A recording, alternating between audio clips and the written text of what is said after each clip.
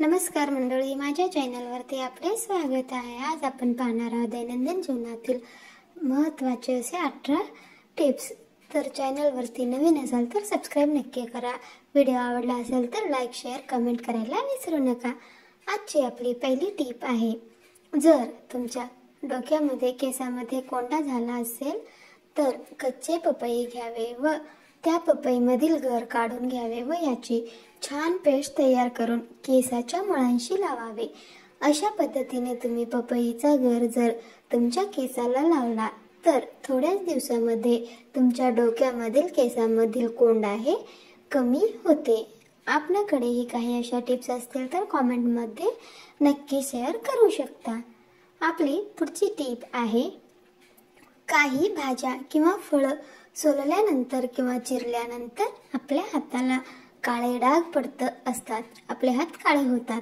तर असे काळे डाग पडू नये म्हणून भाजी चिरणे अगोदर आपल्या हाताला थोडेसे व्हिनेगर लावावे व भाजी चिरून झाल्यानंतर आपले हात कोमट पाण्याने धुवून काढावे। यामुळे आपल्या हाताला काळे डाग पडणार नाहीत, आपले हात हे काळे होणार नाहीत। यामधील कुठली टिप तुम्हाला आवडली आहे कमेंट करून नक्की सांगा।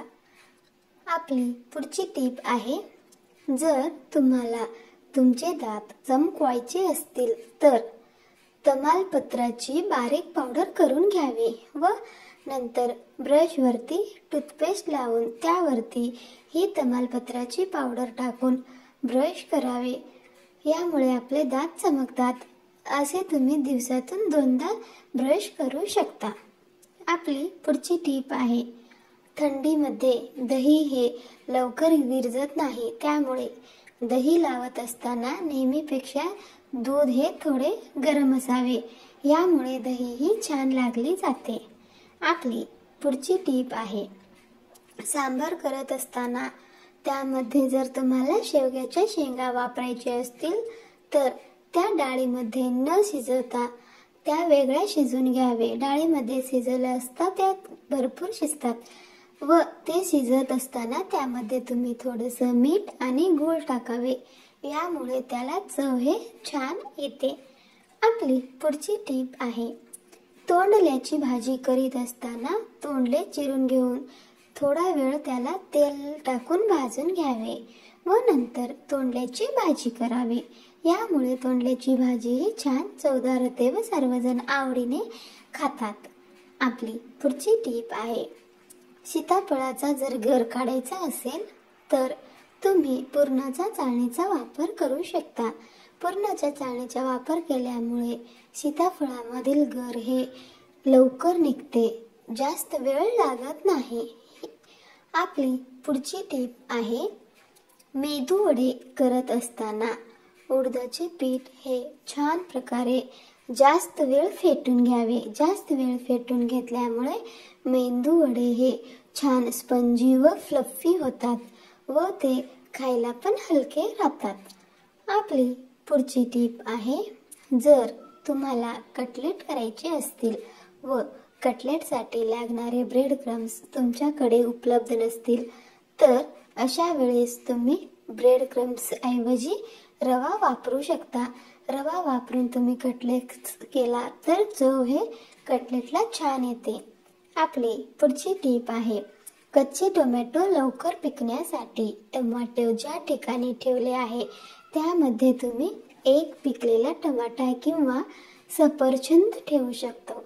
यामुळे टमाटा हे लवकर पिकत असते। आपली पुढची टिप आहे, जर तुम्ही मसाले भात करत असाल व ते जर स्वादिष्ट बनवायचे असेल तर त्यामध्ये तुम्ही थोडासा पावभाजीचा मसाला टाकू शकता। यामुळे मसाला भात हा छान चवदार होते।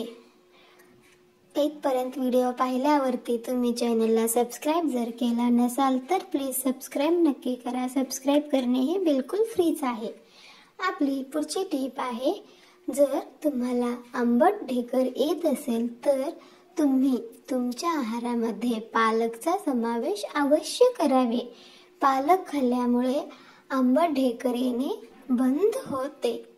आपली पुढची टिप आहे, आपण दररोज रांगोळी काढत असाल किंवा दररोज नाही तर सणासुदीला तर रांगोळी काढतच असाल, तर दुसऱ्या दिवशी ती रांगोळी आपण फेकून देता, तर ती रांगोळी फेकून न देता काढलेली रांगोळी सर्व जमा करून त्यामध्ये ॲक्रिलिक कलरचे 2 थेंब पाण्यात मिक्स करून घालावे व ती रांगोळी छान सावलीमध्ये वाळवून घ्यावी व नंतर चाळणीच्या साहाय्याने गाळून घ्यावे, म्हणजे आपल्याला नवीन कलरची रांगोळी भेटून जाईल व आपली जी काढलेली रांगोळी आहे ती वायाही जाणार नाही, परत तिचा वापर आपणास करता येईल. आपली पुढची टीप आहे, जर तुमच्याकडे पितळीची भांडी असतील व ते भांडे सारखे काळे पडत असतील तर ते पितळी भांडी चमकविण्यासाठी शिलाई मशीनमध्ये किंवा इतर कोणत्याही मशीनमध्ये जे तेल आपण वापरत असतो त्या तेलाने पितळी भांडी छान पुसून घ्यावे व नंतर सर्फने किंवा कुठल्याही डिटर्जंटने धुवून काढावे. अशा पद्धतीने तुम्ही जर पितळी भांडी घासलात तर पितळी भांडी छान चमकतात व ते जास्त काळ तसेच राहतात, लवकर काळे पडत नाहीत.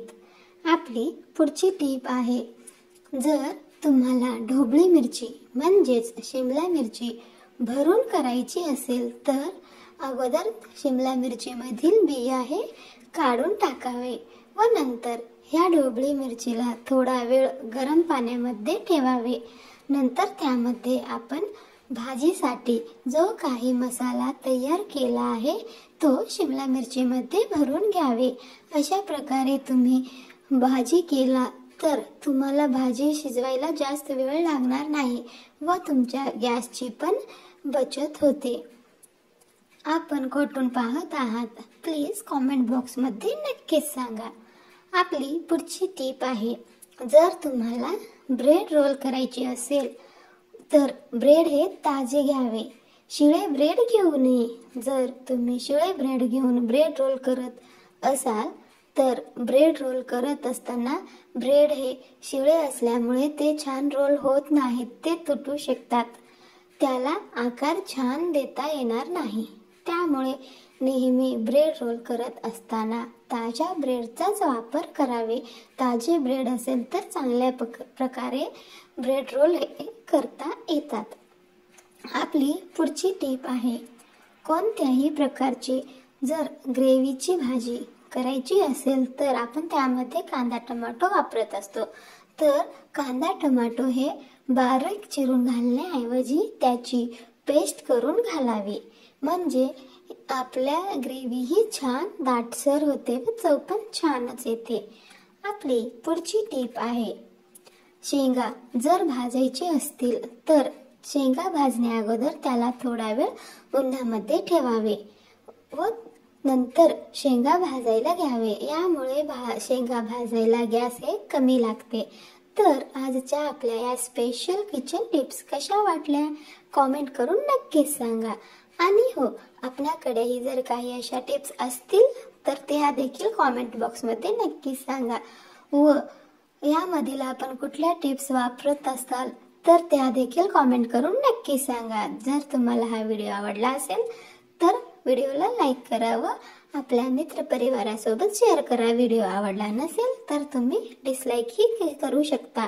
आणखी चॅनलवरती जर तुम्ही नवीन असाल तर चॅनलला सबस्क्राईब करायला विसरू नका. सोबतच बेल आयकॉन प्रेस करा. आपला मूल्यवान वेळ देऊन हा व्हिडिओ शेवटपर्यंत पाहिल्यामुळे आपल्या सर्वांचे मनापासून धन्यवाद. भेटूया अशाच पुढच्या व्हिडिओमध्ये.